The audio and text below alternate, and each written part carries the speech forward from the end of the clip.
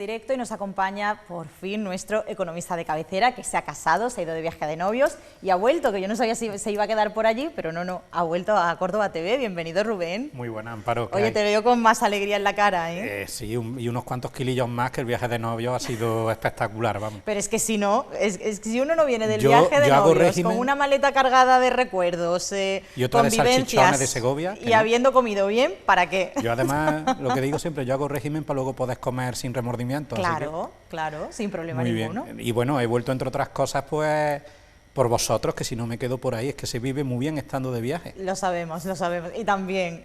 Hay el día que nos toque el euromillón. Yo lo he hecho todas las semanas ya, digo, porque yo lo he reconocido, yo el día que pueda dejo de trabajar, yo ya me lo reconocí a mí mismo. Sí, ¿no? Ya lo has admitido, lo has interiorizado. Yo llevo un vago dentro de mí y no tengo ya miedo en reconocerlo. Mientras, vamos a tratar temas interesantes y económicos. Pues mira, hilando con lo que has dicho al principio del programa, que hoy es el Día Mundial del Cáncer de Mama, que aprovecho para darle ánimo a todas esas luchadoras que tenemos ahí, pues quiero empezar con un dato económico para la reflexión. Hoy la Asociación Española contra el Cáncer ha publicado a nivel nacional un estudio de cómo se ven afectadas económicamente las mujeres que son diagnosticadas por un cáncer de mama. Voy a dar solamente dos datos. Más de un tercio pierde su trabajo, o bien porque las despiden, o bien porque se ven obligadas a dejarlo por sus circunstancias personales, y hasta un 70% de ellas ven reducidos sus ingresos. Esto yo creo que nos tiene que hacer reflexionar acerca de en qué sociedad estamos, que permitimos que personas enfermas pues vean sus condiciones de vida tan lastradas y tan maltratadas. Yo simplemente quiero arrancar. Yo hoy, cuando he mandado la presentación a los compañeros, la presentación la he llamado simplemente cifras, pero hoy lo que quiero explicar es cómo ciertas cifras que nos están retumbando ahora y que incluso se está generando cierta ola de alarmismo entre cierta clase periodística en España, porque en España tenemos ciertos periodistas que cuando estornudas te gritan: Dios mío, tienes cáncer. Tenemos ese tipo de periodistas en este país. No, mire usted, he estornudado, ya está, no nos alarmemos. He dicho ciertos para que no me casques. Me estás viendo la cara, ¿no? Veo que estás viendo mi cara. Claro, yo es que estoy de reentrada y yo tengo que volver a medir las distancias. Exacto. Pues esas son las grandes... ¿Qué ocurre? Yo como economista muchas veces lo que intento es que estos números, o que la economía, veamos cómo ciertos elementos que ocurren en la vida real afectan a la economía y viceversa. Por eso, cuando ha hablado hoy de las mujeres con el diagnóstico de cáncer de mama, me ha venido a la mente automáticamente ese dato que he visto y que me ha golpeado. Porque hombre, es un dato que llama muchísimo la atención. Es escalofriante. Y un dato que además no se suele tener en cuenta cuando se habla de esa situación. No, de hecho he estado mirando qué bibliografía, qué estudio había hecho, y este es prácticamente de los primeros que se han hecho en cuanto a la vulnerabilidad económica.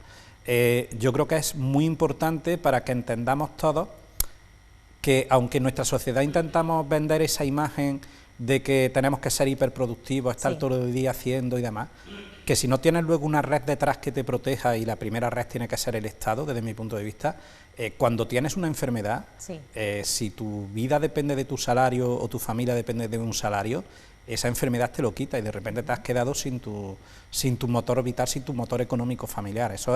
Por eso comento que ciertas cosas creo que nos deberían invitar a la reflexión, y un día como hoy, por ejemplo, que es el Día Mundial del Cáncer de Mama, a mí me encanta que nuestros políticos y políticas se saquen la foto con el lazo rosa.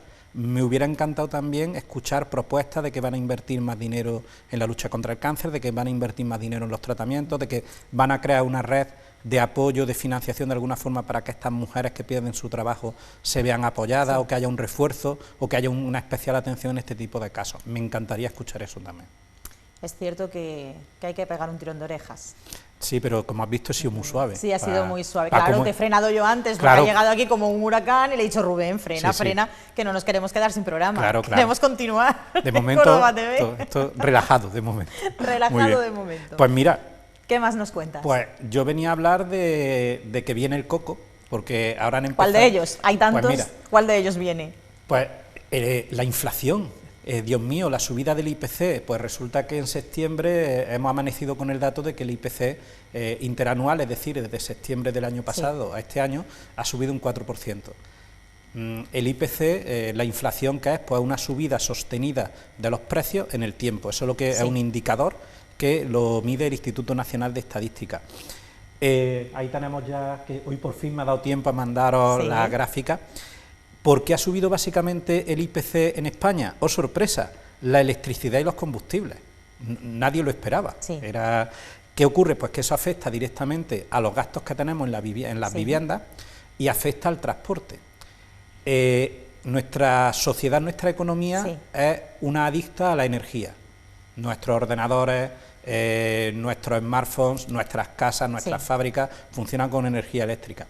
La logística en la que tanto nos apoyamos ahora, eso que tanto nos gusta de pedir online, comprar a distancia, se apoya, aparte de esa energía eléctrica, tú necesitas combustibles para el transporte por carretera, transporte marítimo.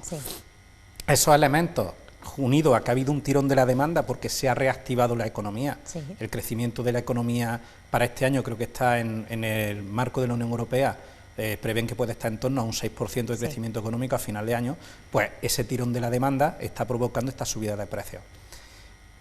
Yo me acuerdo que en el último programa dije que teníamos que estar pendientes de cómo podía evolucionar la inflación y las previsiones. Están hablando de que vamos a tener tensiones hasta las Navidades, que las Navidades incluso en algunos países puede haber desabastecimiento de algún tipo de producto, pero todos tranquilos, los británicos lo llevan peor que nosotros, también lo adelanto, y que 2022 va a ser el año para realmente saber si vamos a seguir en una tensión inflacionaria o no. ¿Por qué es peligrosa la inflación? Porque la inflación lo que hace es que tú con el mismo dinero dentro de unos meses puedas comprar menos cosas. La inflación es una ladrona silenciosa para las clases trabajadoras y las clases humildes. Por eso es un número que he querido traer hoy y explicar un poco cómo nos afecta y por dónde está viniendo, que no está viniendo sobre todo por el tema de la subida de los precios de los combustibles y de la energía eléctrica. Otros dos elementos sobre los que los gobiernos tendrían que intentar actuar de alguna forma. Hay que ver la cantidad de cosas que tienen que hacer los gobiernos y que no hacen. Sí, pero están distraídos con cosas muy importantes. Habría que preguntarle en qué ocupan su tiempo laboral, su jornada laboral. Cosas muy importantes que seguro que ellos explicarán en un momento dado. En un momento dado, claro. Estoy refrenando, ¿eh? Sí, me estoy dando cuenta. Luego, otro dato que he querido traer es el buen comportamiento que ha tenido el desempleo en España, que en el mes de septiembre han bajado en 76.000 personas el número de desempleados que había en España, pero hay un asterisco, que en Andalucía tenemos 4.400 desempleados más. En Córdoba provincia ha bajado el desempleo, pero no ha subido un poquito en la capital. ¿Por qué? La explicación es una que ya me habéis oído muchas veces en el programa, que es la dependencia de ciertos sectores económicos. Andalucía y Córdoba capital dependen mucho del sector turístico. Hemos tenido unos números de visitantes y turismo mejores de los que esperábamos en septiembre, pero no es suficiente para cubrir ese déficit que tenemos de visitantes del extranjero, que sigue sin haber ese gran movimiento. Y pues esto nos lleva a plantearnos que a lo mejor en Andalucía y en Córdoba, una cosa que también me habéis oído decir muchas veces, que con los datos que tenemos en la mano hay que plantear de verdad el cambiar el modelo económico que tenemos y decidir pues que en Córdoba a lo mejor, aparte de ser una ciudad turística, tiene que ser una ciudad capaz de hacer otras cosas, de ofrecer otras cosas al mundo. ¿El qué? Pues que lo vayan decidiendo, qué tiempo tienen. Ahí lo dejamos. Ahí lo dejo. Ahí lo dejamos. Sigo con el freno de mano. Sigue. Pero voy a aprovechar para dar un pequeño detalle. Ya están aprobadas las ordenanzas fiscales del ayuntamiento, el borrador, donde gran titular, hay bajada de impuestos, pero solamente va a beneficiar a unos pocos, esa es la parte que no cuentan, y yo, pues tú sabes, yo estoy pendiente de ver si se aprueban o no se aprueban antes de final de año para llevarme una alegría o no llevármela. Y otro tema con el que estoy pendiente es cuál es el porcentaje de ejecución que tienen los presupuestos municipales. Porque claro, si resulta que tú tienes 100 de presupuesto y gastas solamente 50, pues algo está pasando. ¿De acuerdo? Pues ese es otro tema que espero traeros en próximas semanas, cómo vamos los datos de ejecución. Porque recuerdo, menor gasto público, menor dinero que llega a las familias que más lo necesitan, peores servicios públicos que tenemos, y eso resiente al total de la ciudad. Y ya voy al último dato, que hoy es el Día Mundial contra el Cáncer de Mama, pues resulta que este domingo, día 17, fue el Día Internacional para la Erradicación de la Pobreza.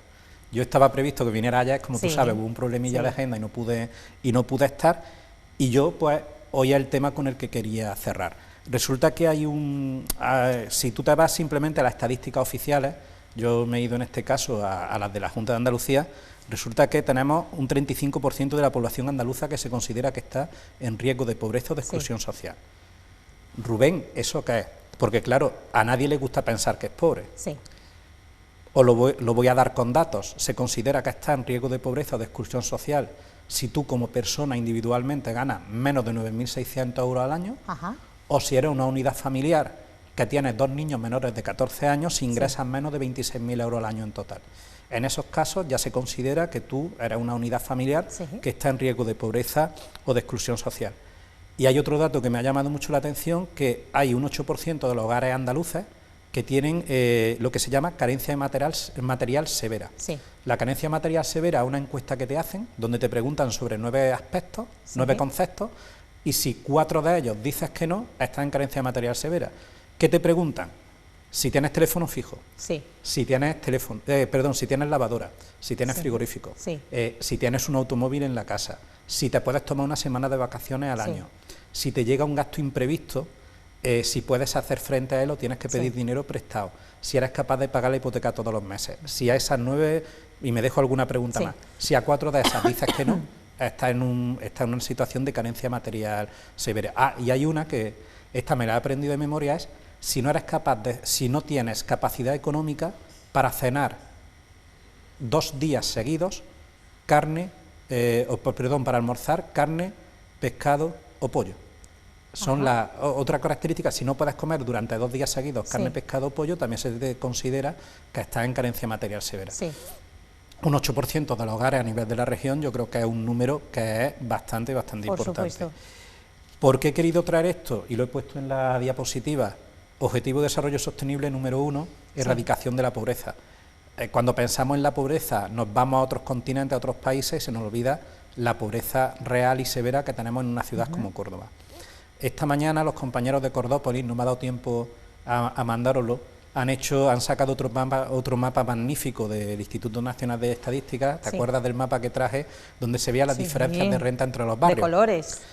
¿Qué ha pasado con las diferencias de renta entre los barrios en el año de la pandemia en Córdoba y en toda España? Que se han acentuado. Los barrios de mayor renta han subido su renta mucho más, incluso hasta el triple de lo que han subido los barrios de renta baja. Eso demuestra que tenemos un problema de aumento de la desigualdad en nuestra sociedad y a un problema ante el que tenemos que hacer algo. Eso daría pues para otro programa, hablar sobre la desigualdad, sus causas, posibles políticas correctoras, pero sí está claro que hay una serie de herramientas que tienes a nivel internacional y nacional. Tienes los Objetivos de Desarrollo Sostenible, pero es que luego en España se están promulgando las agendas urbanas, que tiene un objetivo, que es el objetivo número 6, que es el fomento de la cohesión y de la igualdad social, que uno de los objetivos que persigue es esta reducción de la pobreza y con la igualdad también busca elementos como que te he comentado, evitar que surjan esas situaciones de que si una mujer tiene un cáncer de mama, sepa que tiene un 35% de opciones de perder su trabajo. Y al final he conseguido hilar... Desde el principio hasta el final, He conseguido traerme del principio al final. Tantas veces que hemos hablado del ODS, tantas veces que os hablo de agenda urbana, que yo sé que a veces la gente piensa, Dios mío, qué cansino es este muchacho, pero ay, mira, pues sí lo tienen. Fijaros. Es que nuestros compañeros están más que atentos a lo que tú cuentas, como puedes comprobar. Voy a salir, les voy a dar un beso con la mascarilla puesta, evidentemente, pero les voy a dar un beso. Pues ellos seguro que lo reciben encantados. Pues este estudio que hay en Cordópolis, yo, queridos espectadores, espectadoras, os recomiendo que lo miréis. Por curiosidad, jugar, mirar, meter nombres de barrios, nombres de calles... Explícalo un poquito, Rubén. Sí, os comento, ahí lo que hacen es un estudio que es de una encuesta que hace el Instituto Nacional de Estadística, que lo que hace es clasificar los barrios en función de la renta mediana que hay en cada barrio. Mientras más azul es el barrio, mayor es la renta, y mientras más rojo es el barrio, menor es la renta. Una renta azul... Y ahí esa ventanita azul ahí que tenemos como ese laguito, ¿qué zona es de Córdoba? Que ahora mismo no me adivina, adivinanza. El Brillante, entiendo. Correcto. ¿No? Claro. Zona del Brillante y zona centro. Zona Brillante y zona centro. El Brillante tiene una renta mediana de unos 55.000 euros por unidad familiar. Es el único barrio de Córdoba que está entre los 100 barrios con más renta de España. Y luego el centro está en 38.000.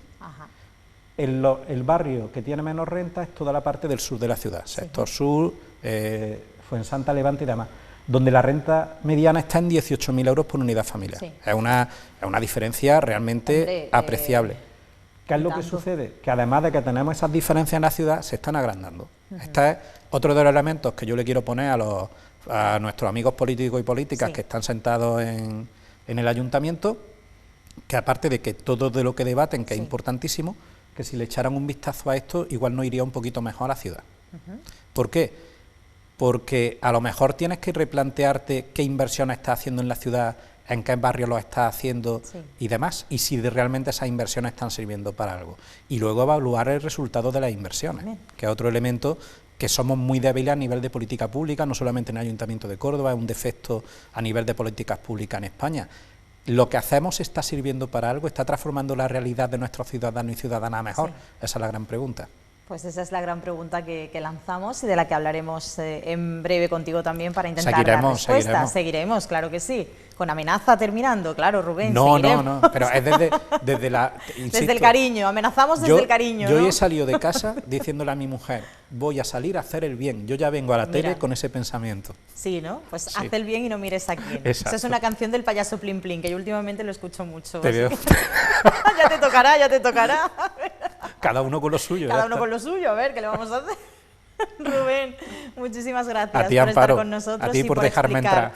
Siempre, yo te dejo entrar siempre. Por explicarnos de manera tan sencilla esta economía que nos vuelve locos a más de uno. Pues la semana que viene alguna cosita nueva traeremos. Seguro que sí. Gracias de verdad a ti, por estar como con siempre. nosotros.